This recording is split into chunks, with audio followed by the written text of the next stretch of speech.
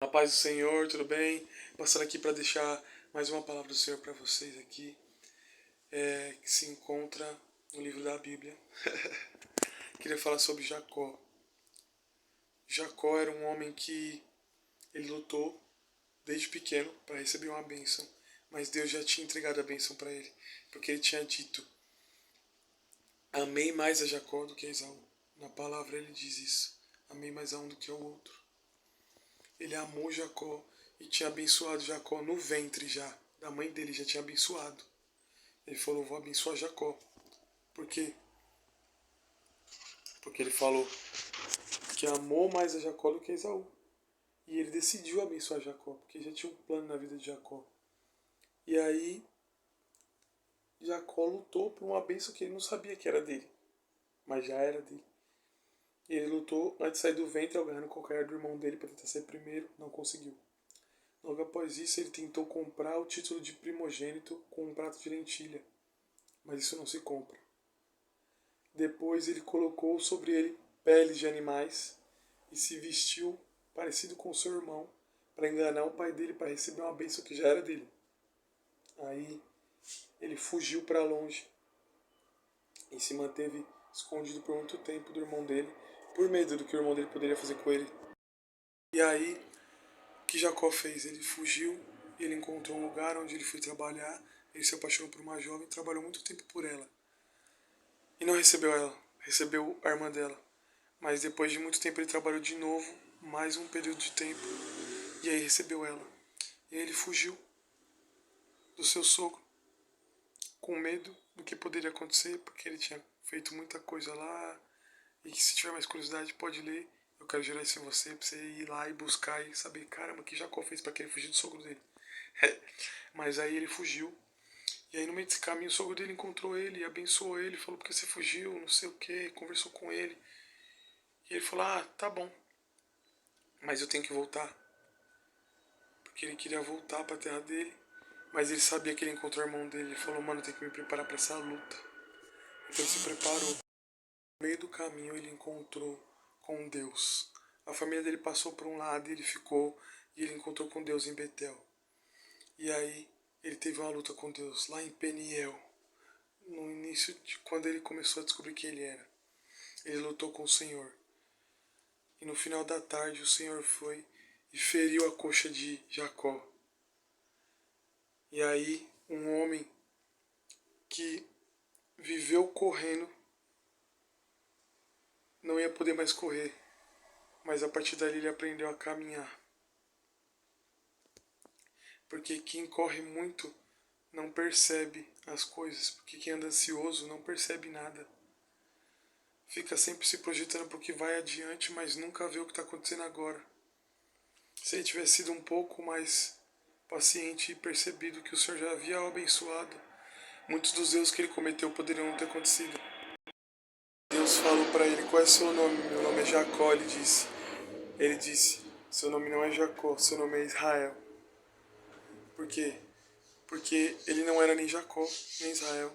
Ele estava se vestindo como Esaú. Ele estava se vestindo como um homem trabalhador. Ele estava se vestindo sendo aquilo que ele não era. Ele estava se adaptando às circunstâncias. Porque é uma característica de um religioso orar não por arrependimento, mas por querer cumprir algo. Como assim? Como, por exemplo, um religioso, ele não vê que ele é religioso. Ele cumpre uma linha de regras, como os fariseus faziam. Ele ora, ele prega, ele batiza, ele unge, ele tem um horário todo certinho dele do que fazer. Mas ele não faz por amor a Deus, ele faz como se fosse uma lista de regras. Deus, ele nos diz que nós somos filhos. E um filho na casa do pai, ele não finge ser algo. Ele é ele mesmo. Porque o pai conhece ele desde que ele nasceu. Então, quando você está na casa do seu pai, você não precisa fingir que você é algo. Porque ele já sabe quem você é. Mas um religioso, ele se veste como um homem que ora, como um homem que prega, que segue a palavra. Não que ele não faça essas coisas, mas ele se coloca num lugar que não é para ele. Deus já entregou algo para nós, que é sermos filhos de Deus, mas muitas vezes a gente se coloca em um lugar, eu tenho que fazer isso. A gente coloca em obrigação. E a gente olha para a graça de Deus como se fosse a gente segurando a graça para que a gente não perca. Deus diz que a graça é um dom que a gente não merece. Então, peraí. Se eu me coloco num lugar que eu pratico coisas para que eu não perca a graça, eu estou dizendo que a graça eu ganhei porque eu não mereço. Mas se eu não fizer por onde, eu perco ela. Não, mano. Tá errado. A graça, ela não é perdida porque você não faz. Muitas vezes você perde por tanto fazer.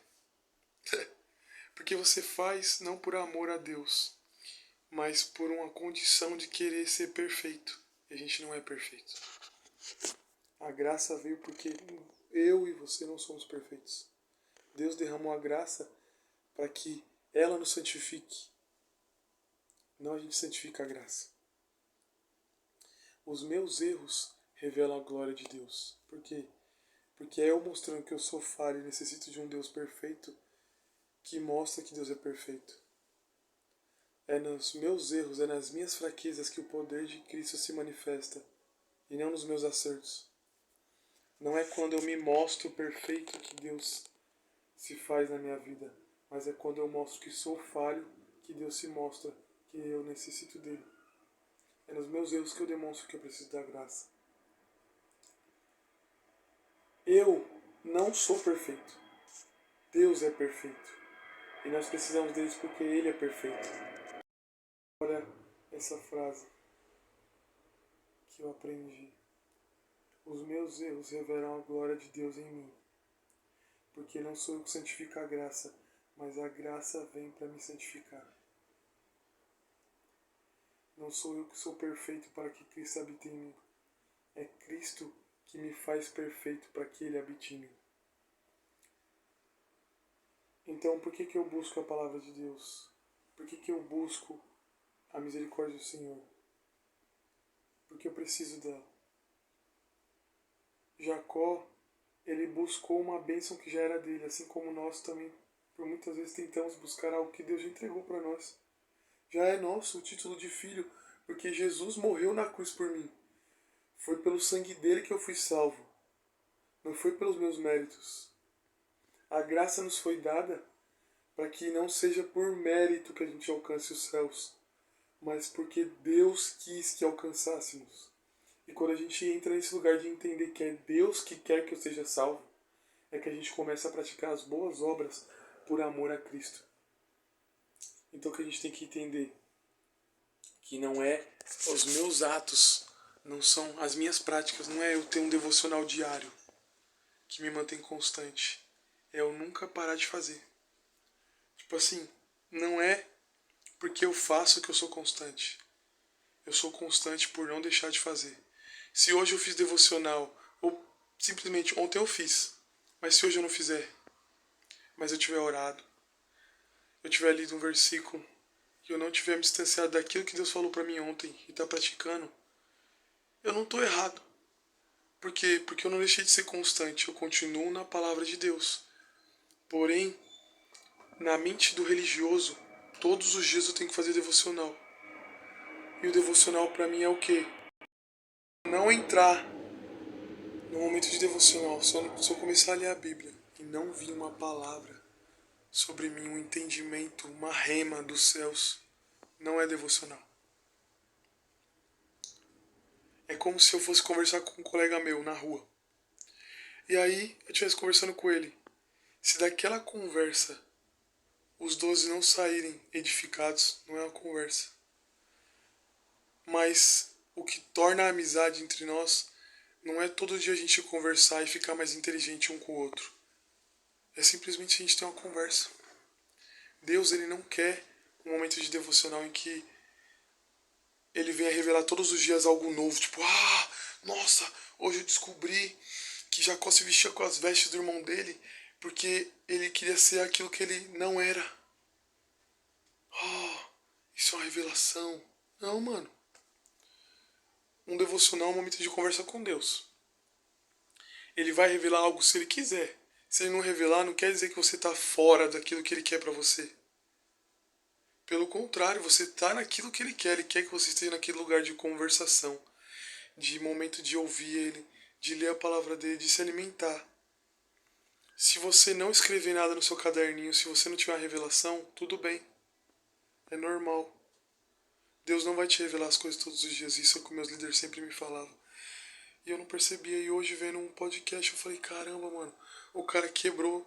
Deus quebrou a eu tenho dificuldade com essa palavra. Religiosidade nele. Ele quebrou essa religiosidade. Deixando, fazendo com que ele ficasse 6 meses sem orar. Ele ficou 6 meses sem orar, mas ele não se tornou carnal. Pelo contrário, ele percebeu que ele orava não para orar com Deus, mas para cumprir um itinerário de, mano, hoje eu tenho que orar. Porque senão eu não estou me santificando. Se santificar é se guardar para Deus. É ter consciência de quem é Deus. De que Ele te salva. E de que você tem que andar no caminho com Ele para ser salvo. Mas andar no caminho com Ele não é uma obrigação. É um privilégio. Receber a graça é um privilégio. A gente aceita a graça. A gente não ganha a graça. A gente aceita porque ela já é nossa. Deus entregou para aqueles que o reconhecerem como filhos de Deus. Quando você reconhece Deus, você aceita Jesus na sua vida. Entendeu? Então quando a gente aceita Jesus, a gente aceita a graça de Deus que nos santifica. Então a partir desse momento a gente aceita o Espírito Santo. Não é a gente que se santifica com o Espírito Santo, é o Espírito Santo que nos santifica, estando em nós. E Jacó, ele não entendia isso, mas quando Deus disse para ele, você é Israel. Sabe por que você é Israel? Porque você não é Israel agora. Você é Israel quando você estava no ventre da sua mãe. Porque eu já tinha te escolhido lá. Eu já tinha te abençoado lá. Mas você correu por uma bênção que já era sua. Você lutou pensando que você precisava lutar para ganhar uma bênção que já era sua. Ele falou, filho, Raquel já era sua. Mas você trabalhou anos por ela. Você entendeu que para você receber algo, você tem que entregar. Certo? Glória a mim. Glória a Deus. Ele fala glória a mim. Glória a Deus, né? Não a mim. A Deus. Mas você não entendeu que eu já tinha bênçãos para você. Eu só queria que você tivesse a consciência disso. Que a graça que eu te entrego não é por mérito das suas obras. Porque lá em Tiago ele fala, uma fé sem obra é uma fé morta. Então a gente entende, eu tenho que fazer obras para ter fé. Não. Você tem que ter uma fé que te leve a fazer obras, e não obras que te levem a ter fé. Tá tudo errado, não são as obras que levam você a ter fé. É a sua fé que te leva a cumprir com obras, a fazer obras. É a sua fé de falar, eu tenho um carro. Vamos usar um exemplo, eu não gosto de usar muito bem materiais, mas vamos usar. Eu tenho um carro. Não, melhor. Eu sou aleijado e não consigo andar. Essa é a fé grande. Mas eu creio que eu ando. Por quê? Porque Jesus disse que pode me curar. E eu creio que Ele pode me curar. E a pessoa fala, então tá bom. Aí ela se levanta e começa a andar. Mas ela passou 17 anos sem andar. Como ela creu que podia andar? Porque a fé dela levou ela a realizar uma obra de andar. A obra é andar. A fé levou ela a andar. A fé levou ela a praticar uma obra. A fé é a certeza das coisas que não vemos.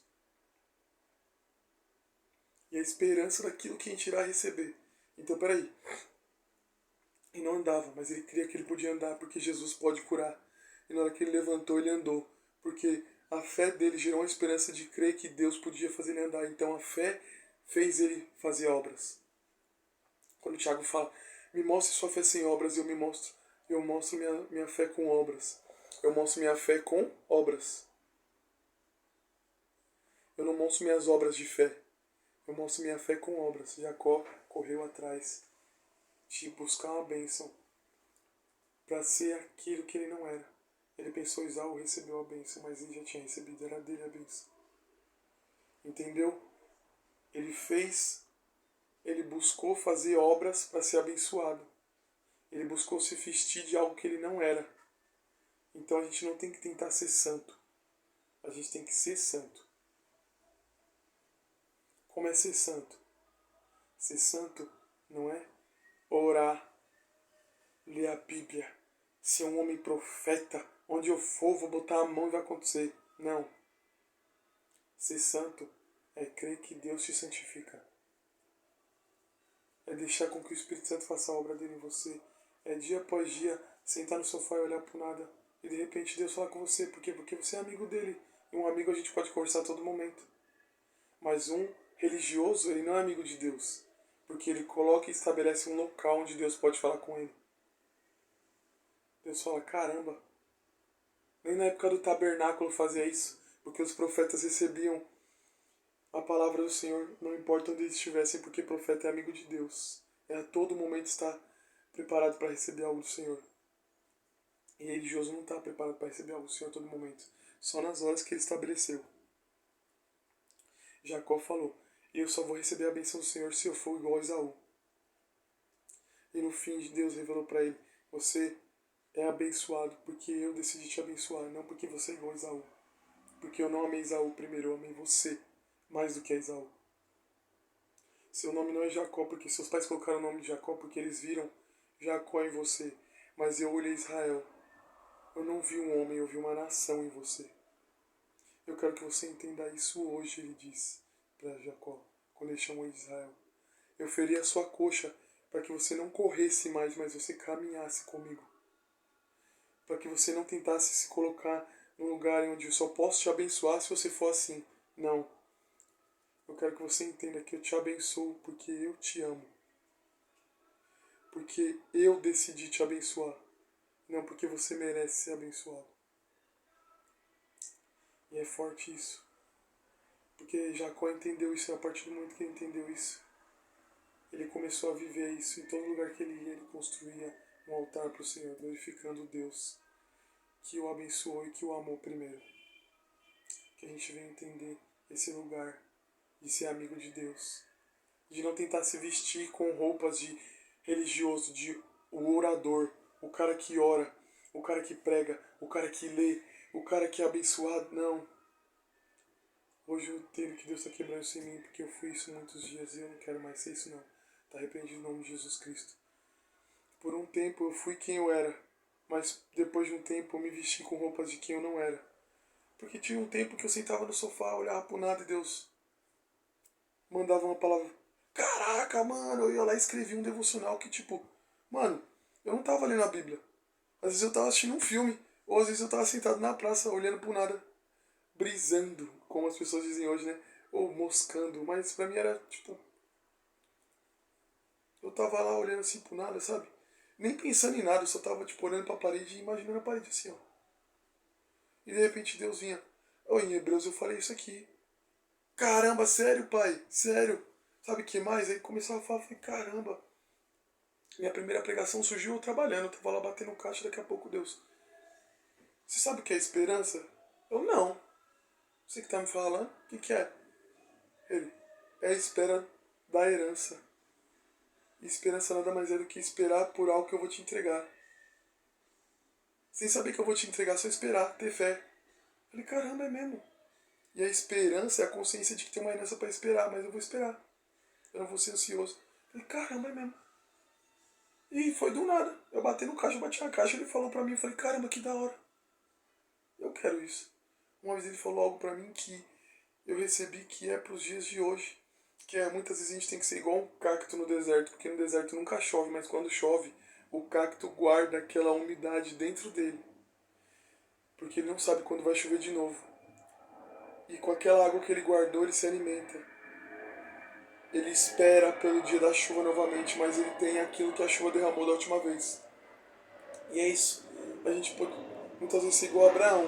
Abraão ouviu, sai da sua parentela, sai do meio dos seus parentes e vai para a terra que eu estou te prometendo. Ele foi. Ele ficou anos sem ouvir a voz do Senhor. quando ele se separou de Ló, o Senhor voltou a falar com ele. Por quê? Porque ele se guardou naquilo que Deus tinha entregado para ele antes. Mas depois que ele realmente se desfez de toda a sua parentela, aí Deus voltou a falar com ele. Mas por que se conservou no caminho daquilo que o Senhor tinha dito para ele? Porque ele guardou aquilo que Deus tinha falado antigamente e caminhou sobre aquilo, até que o Senhor viesse e falasse com ele de novo. Assim é um cacto. Ele guarda a água que ele recebeu da primeira chuva, mas ele não fica ansioso pela próxima chuva, porque ele tem aquilo que ele guardou. Ele vai caminhando com aquilo que ele guardou até que o Senhor entregue algo de novo. O cacto é o símbolo de esperança, porque ele se alimenta com a água do que o Senhor deu para ele. E espera para aquilo que o Senhor pode entregar de novo. Isso aí é um devocional. É um amigo de Deus. Ele não planeja um lugar exato, mas ele continua vivendo. Até que um momento Deus vai e fala com ele de novo. E de novo, e de novo, que a gente aprenda a entrar nesse lugar. Em nome de Jesus Cristo, que Deus possa te abençoar com essa palavra. No nome do Senhor Jesus. Sei que foi grande o vídeo, eu esperava que fosse curto, mas que Deus possa trabalhar isso em mim e em você também. No nome do Senhor Jesus Cristo, que essa palavra possa te edificar.